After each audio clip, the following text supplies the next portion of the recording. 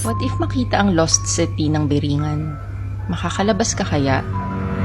Ako nga pala si Major Carla Daniela ng 7th Scout Rangers Company. Nakasakay ako ngayon sa isa sa mga helicopters ng Air Force. Meron kaming mission para hanapin ang kapatid kong Marino na si Lieutenant Mateo.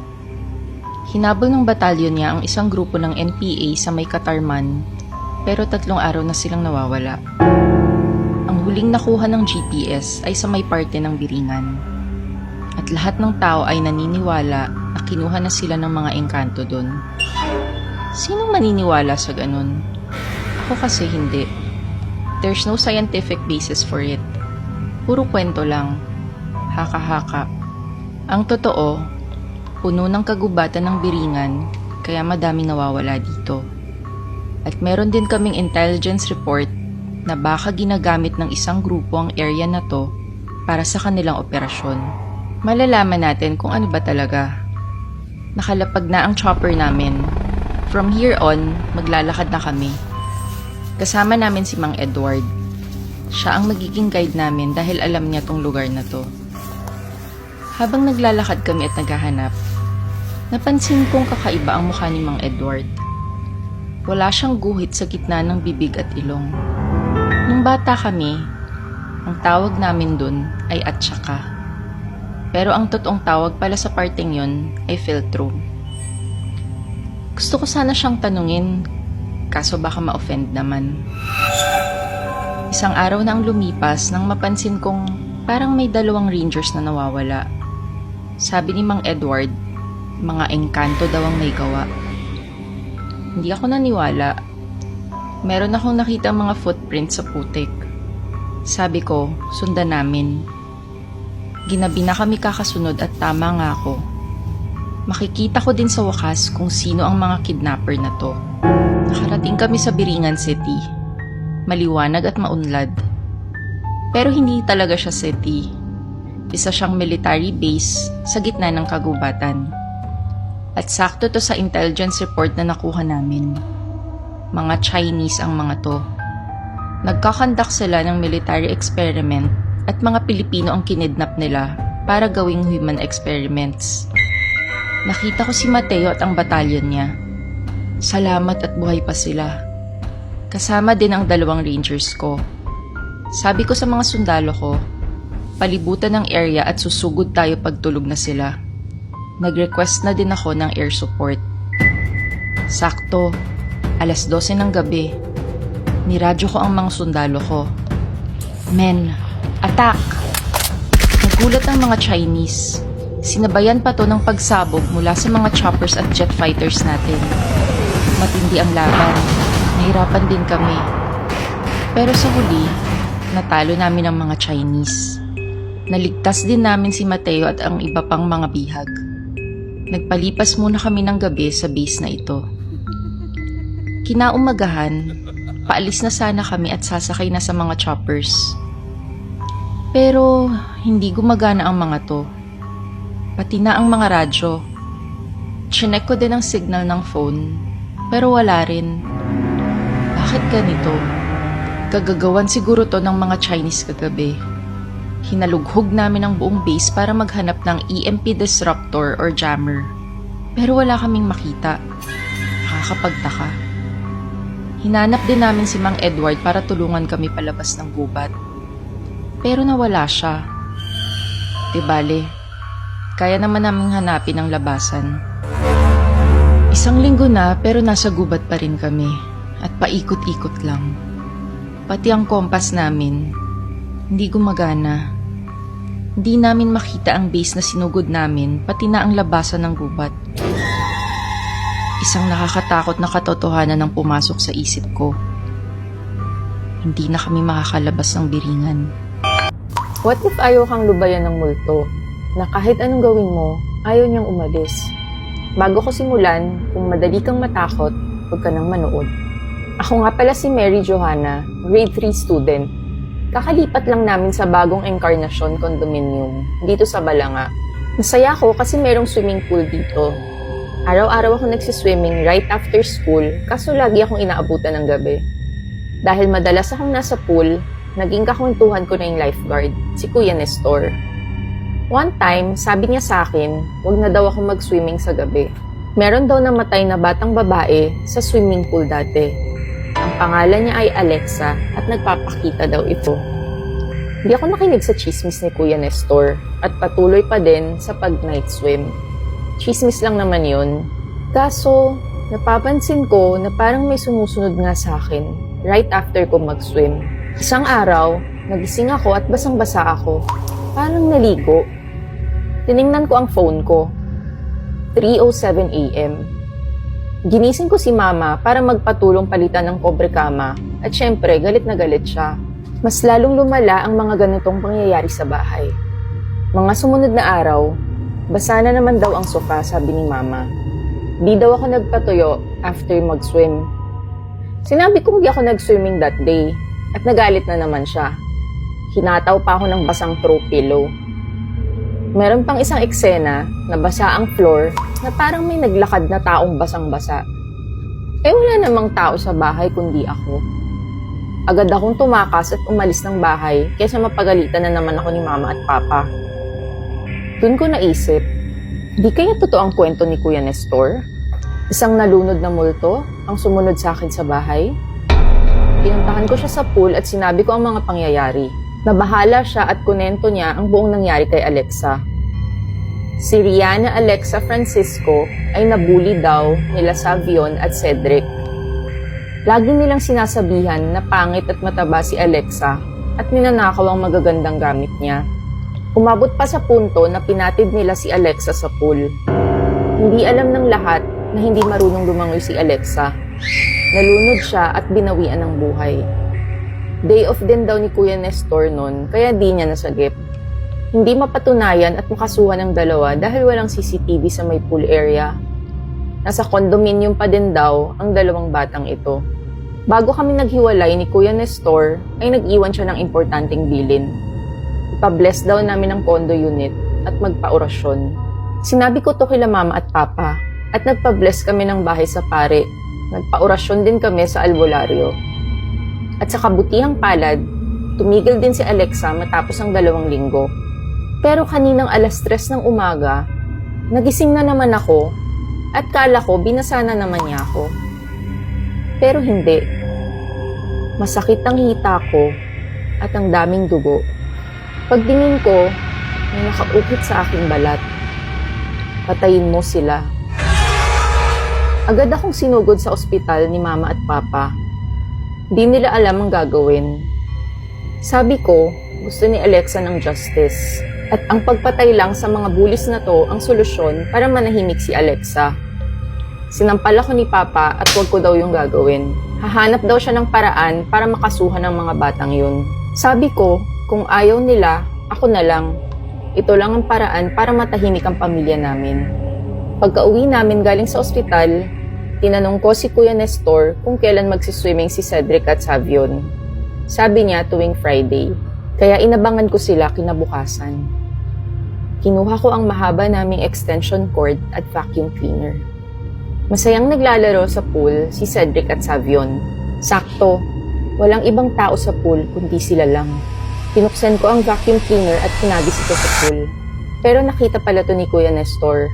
Sinubukan niyang saluhin ang vacuum cleaner bago ito bumagsak sa pool, ngunit di na to inabutan. Nalaglag din siya sa pool at nakuryente silang 3. Tumakbo ako paalis bago pa may makakita sa akin. Namatay daw silang 3, balita ng guard sa amin. At chismis din ng guard, baka na-karma daw si Kuya Nestor at kasalanan din daw nito kaya hindi nasagip si Alexa dati.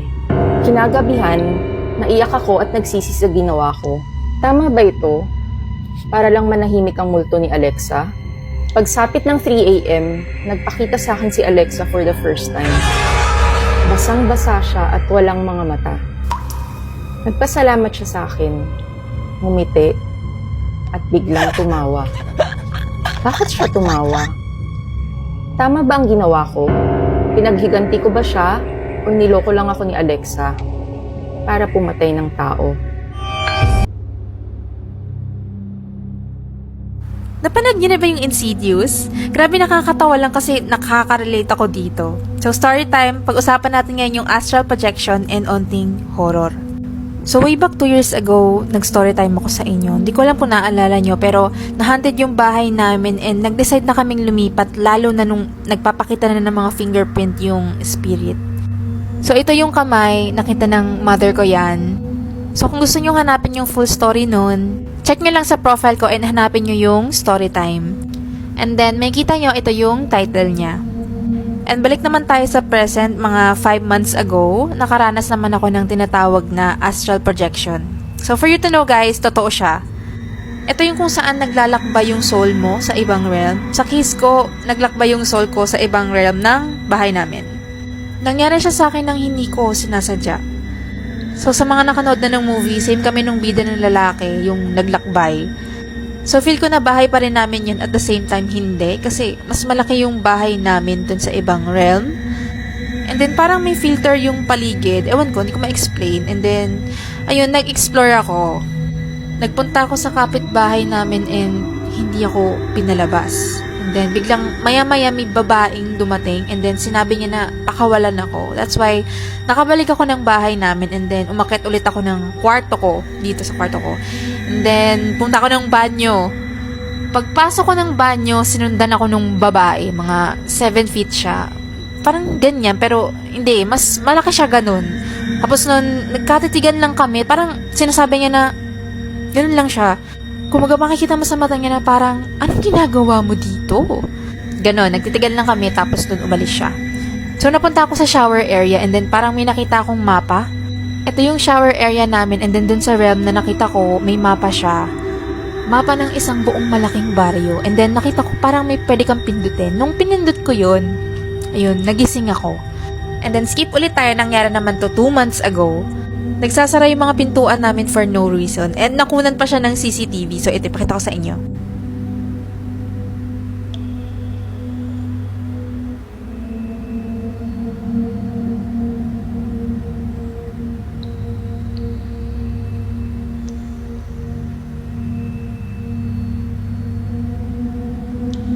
So, ito yung nasa likod ng pintuan. May gate agad. And then, kulob siya. And makapal yung pintuan namin. So, paano yun? Hindi lang ito yung huli, marami pang beses na hindi lang nakunan ng CCTV. So yung sumara na pinto na yun, akala ng kasambahay namin, pamangkin ko yun. Nagulat siya, walang tao.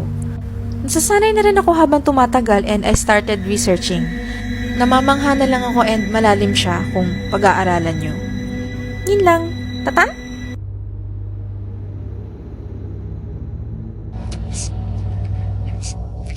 I cannot make sense, still, what happened this morning. With that said, I've never had anything happen to me that would be considered like a glitch in the Matrix. But this morning... Okay, so I'm out of town, staying at a hotel, because I'm here for a work function. But our meetings start at 10 a.m. It's 7:10 this morning. My alarm goes off. I'm like, I need a couple more minutes. I put my phone down. I roll back over. All of a sudden, I can feel my phone in my hand. Like, almost as if it was placed in my hand. You know? Like, the fuck? So I roll over, my phone is in fact in my hand. I know. I did... I click the side of my phone. It says 11:30. Bitch, I jump out of bed so fast. So fast. And I look like one of those cartoon characters that are, like, getting pinged. Like, bing, bing. Because I have no idea what to do with myself. Immediately, give the manager a call. And he's like, hi, buddy, good morning. And I'm like, good morning. I don't know. Why the tone? I don't know. Purely in panic. Clearly. He goes, hey, you good? And I was like, well, it's 11:30. And I'm not there. He goes, when do you know? You're early as usual. Because I always arrive early. This is 7:30 in the morning. I thought this man hasn't even left his house. He's having breakfast with his family. And then he proceeds to tell me, like, the time, the day of the week. And I'm like, like, I'm looking at my phone, my guy. It says 11:30. What? There's another person here for the same function, so I run to the window, and I look, and I see their car, and I'm like, well, there's no way they're late, too. Anyway, I hang up, I sit down, and I'm, like, trying to collect my thoughts. Like, what? Mind you, while we're on the phone, I take a screenshot. Because I'm like, I'm looking at 11:30. Take a screenshot. After I sit down, I can't log back into my phone. It will not let me. So I turn it off. When I go to squeeze my phone to turn it back on, it falls on the floor face down. I lean down into my phone, pick it back up, and it's on. Like, not turning on, whatever, it's on. And it says 7:30. I log into my phone, immediately go to my pictures, no screenshot.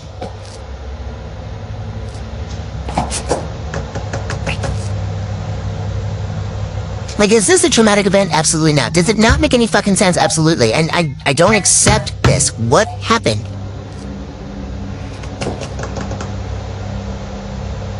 Does it mean anything? The video is popping off rather quickly, so I figured I would just answer this now because I'm getting this question a lot. Anyway, it is confirmed. I did talk to my manager. In fact, when I walked into the meeting, everybody made a little joke about it, and they're like, hey, I heard you had a really weird morning. Something like that. But nothing is adding up to it. Even in regards to when I laid down to the time that I got back up and randomly had my phone in my hand, but it was on the charger. It was only 20 minutes. And then it doesn't have my screenshot, but it does have the call log. It's easy. And then when I turned my phone off, I didn't get to squeeze it long enough to turn it back on. It was a split second that I dropped my phone. I picked it up and it was on. I don't know, you guys. I don't know. I'm gonna be thinking about. Okay, you guys, so before I head into work, I'm gonna try and answer a few questions that I can remember, because me personally, I hate when I'm left on red, so to speak, on a viral video. So first and foremost, the timestamp on the phone call is 7:30, even though I'm clearly looking at 11:30. I am in the same time zone. I'm in the same state, just further south. And I left my phone plugged in on the nightstand and woke up at 7:10, and then woke up with it in my hand at 11:30. I can't think of any other questions. But, I have, other than that incident, I haven't had anything else weird happen in the room, but I have not been able to fall asleep before 3 o'clock in the morning every single night. And by that point, it's just my body giving up. So I have, in fact, had really shitty sleep. And that would allude to some theories, one being lucid dreaming while I'm still completely awake. Then there are others like the Mandela effect, dimensions, my phone with the time zone thing. But I've been here all week and I haven't had any issues with that. And for those who are spiritual, I am in room 111.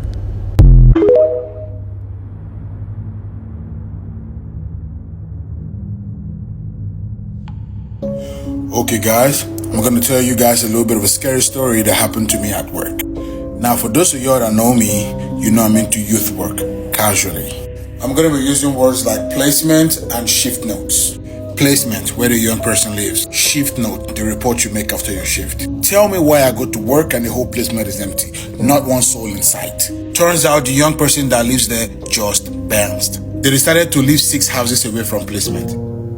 In my head, I'm like, God damn, it's about to get lit. Just sit here, chill, do my notes, gone. Mind you, it was a sleepover shift. It's 11 p.m. and time for bed, still no one in sight. Obviously, there's no way I'm gonna go to bed without checking the doors, locking them up. Next thing I know, I find a locked door. And the key that I had could open all the doors. So I go ahead to open this door. There's nothing to it, right? So I open the door and it's just darkness, total darkness. I go ahead to turn on the flash on my phone. Tell me why all I see is one long staircase just going up, and it's not heaven. Bro, this place was dark. Imagine if Satan and racism had a child. You get the idea. As I was getting ready to go up, something hit me. When did this one start? Bro, you black! Listen, I've never been fast in my life, but that night, the way I closed that door, hey! When I got back to my room, I go, only the blood of Christ that can wash all my sins away. Tell me why when I went to bed, it felt like something or someone was watching me. Hey guys, so I have a creepy story time. This is all 100% true, but if you guys get creeped out, I would skip this video because I don't know. I found it super freaky, although you guys can let me know what you think. But basically, here's what happened. Okay, so to start out with, a while ago during the holiday season, I got this mug, and when I got this mug, I got delivered, and as you can see, there's this little chip right here. And so I was thinking about like contacting the place and asking for a replacement. My boyfriend was urging me to contact them. I'm like, you know what? I don't care. It's just like a tiny chip. It's not even on like the cute part. And it doesn't really matter because knowing me, I'd probably end up chipping it anyway. My things, I'm just a very clumsy person. But anyway, so I decided I was not going to return it. And in case you're wondering, I'm in a new house and my boyfriend does not have my new address. So this could not have been done by him, if that's like one theory you have. So then there's another part to the story, so just remember that. But look at this clock here. So this is a kid's toy and it's from a book. And what this clock is supposed to be is, it says Rewinder on it. It's supposed to be a clock used for time travel. So as you might be able to see, I'm not sure if you can, the clock face is missing, but you can still move this part. It never actually worked as a clock because it's a kid's toy, or so I thought. Okay, so my family, like I told you, we just moved here, so we were getting ready to move. We were packing up our things, and so I was looking through some of my objects and choosing lots of things to donate because we don't want to bring things into a new space that we have no purpose for anymore, no sentimental attachment to. So I decided to donate this time travel clock and thought some kid could get a kick out of it. Anyway, I donated it when the clock face was on it because, you know, you only want to donate things to people that are in good condition. Anyway, fast forward to, I think it was yesterday or 2 days ago when I moved in, I got this package. My dad said you got a package delivered to you. And I was thinking, okay, I was expecting something from Amazon, so I went and I grabbed the package. Sure enough, it's from World Market, which is where I got that mug from. And on this, it says that it sent me a, well, let me show you. I don't exactly get what this form says, but if you can see, you can pause if you want to read what it says. Too exciting, but basically it just says they accept returns, and it says a gingerbread house figure lidded mug, right? Which is what I got. The second sheet is so that I can make a return. Like, I never asked to make a return. My boyfriend never did it on my behalf. I'd only thought in my head, maybe I should return it and get a new one, right? This is the creepy part. So, aside from the fact that this store is like reading my mind, literally, because I didn't say this out loud to Siri or anything, and it just like, I don't even have Siri activated, so I don't know how this happened. In this package, there was no mug. Why would they send me a package full of stuff, taped shut to my address, with nothing in it except for a return slip and 2 objects? One of the objects that they sent me was this, and can you guys guess what the second object was? That's right. This creepy ass time travel clock, but it's missing the face, okay? I'm literally so freaked out right now. So none of this makes any sense. But all I'm gonna say is I believe time travel exists, and this is like tethered to me now. So I'm kind of afraid to donate it again. Plus I couldn't donate it because the clock face is missing, although there's no broken pieces of glass, which also makes like no sense, which also freaks me out. But anyway, so I'm just gonna hold on to this and hope I'm not cursed, you guys. Any thoughts? And also, please send help.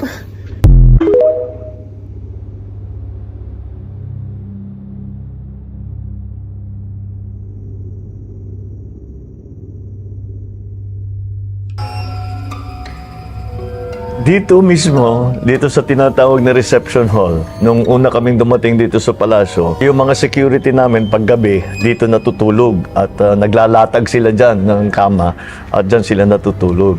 At balitang-balita na kung minsan sa gabi ay may dumadating na ginigising sila na ang tawag nila si Father Brown. Sabi ko, bakit sino ba si Father Brown? Nung tinignan namin ang kasaysayan dito sa palasyo, meron daw talagang Father Brown na Amerikano na dati, nung panahon ng Amerikano, ay nandito nagtatrabaho. At ngayon, mukhang hindi na umalis dito sa palasyo. At pinupuntahan nga ang ating mga security natin. Paggabi, meron daw silang nararamdamang gumigising sa kanila. Baliwala na sa kanila. Sabi nga, kagabi, ginising na naman ako ni Father Brown. Nung ako'y nakatira sa isa dun sa mga guest room at ginagawa yung kwarto ko, kasama dito sa, malapit dito sa tinatawag na state dining room kung saan kami mag-cabinet meeting ngayon. Minsan, gabing-gabi na, umuwi ako, sinasara ko lang yung pintuan mula doon sa kwarto ko. Pagbukas ko ba naman ng pintuan, nakita ko biglang gumalaw yung mga buwan. Nagsisisigaw ako dito. At Tumakbo ko. Sinabi ko, sinuko ko sa security. Sabi ko, may multo, may multo, may multo.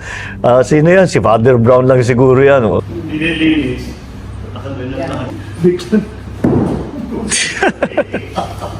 Still find that hard to believe. Ay, nako. It's true. Tapos nakita niyo dito sa palasyo, maraming chandelier. Pagka naririnig namin, nakikita namin na gumagalaw, sabi namin, baka mukhang may lindol. Kasi pag lindol, nakikita mo, gumagalaw-gaw yung mga chandelier. Pero kung minsan, maraming chandelier nga, isa lang yung gumagalaw. At hindi namin alam, dahil wala namang bukas na bintana, hindi naman maabot ng tao yan, kakapagtaka kung bakit nagkakaganon. Ito, nagbubukas ng mag-isa. Gabi, isasara yan. Nakasarado yan, pag naman lock, nakasara. Sabi ng girl, pagbalik siya, mas narado na yan. So, pinabayaan ngayon yan. Pagbalik na naman, sarado na naman. Kung minsan, lalo na paggabi at nag-iisa ka, lalo na pagpaakyat dito sa front door, yung formal na hagdan na papasok sa palasyo, minsan, actually ilang beses nangyari sa akin, pag akyat ko na ganun, ramdam ko na may nakatingin sa akin dun sa likod. Kaya pag tingin mo na gano'n, ramdam sa paglalakad ka.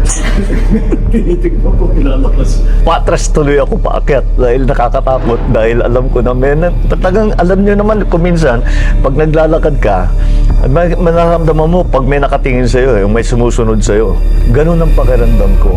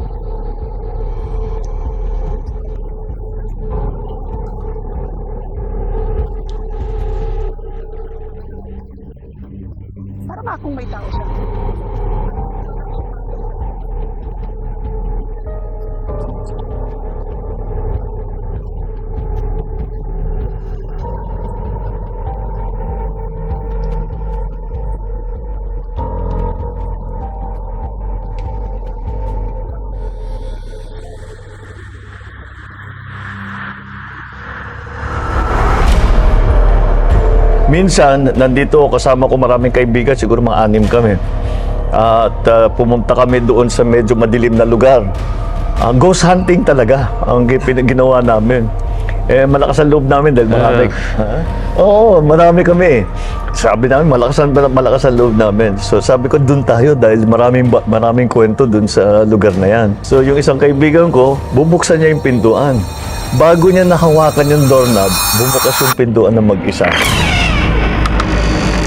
Nako, yung sigaw namin. 2:00 ng umaga yun. Alala ko yun eh. 2:00 ng umaga yun. Takbo kami doon sa kwarto ko. Inon namin lahat ng ilaw. Nagpatugtog kami yung music na malakas para mawala yung takot namin doon sa nangyari sa amin.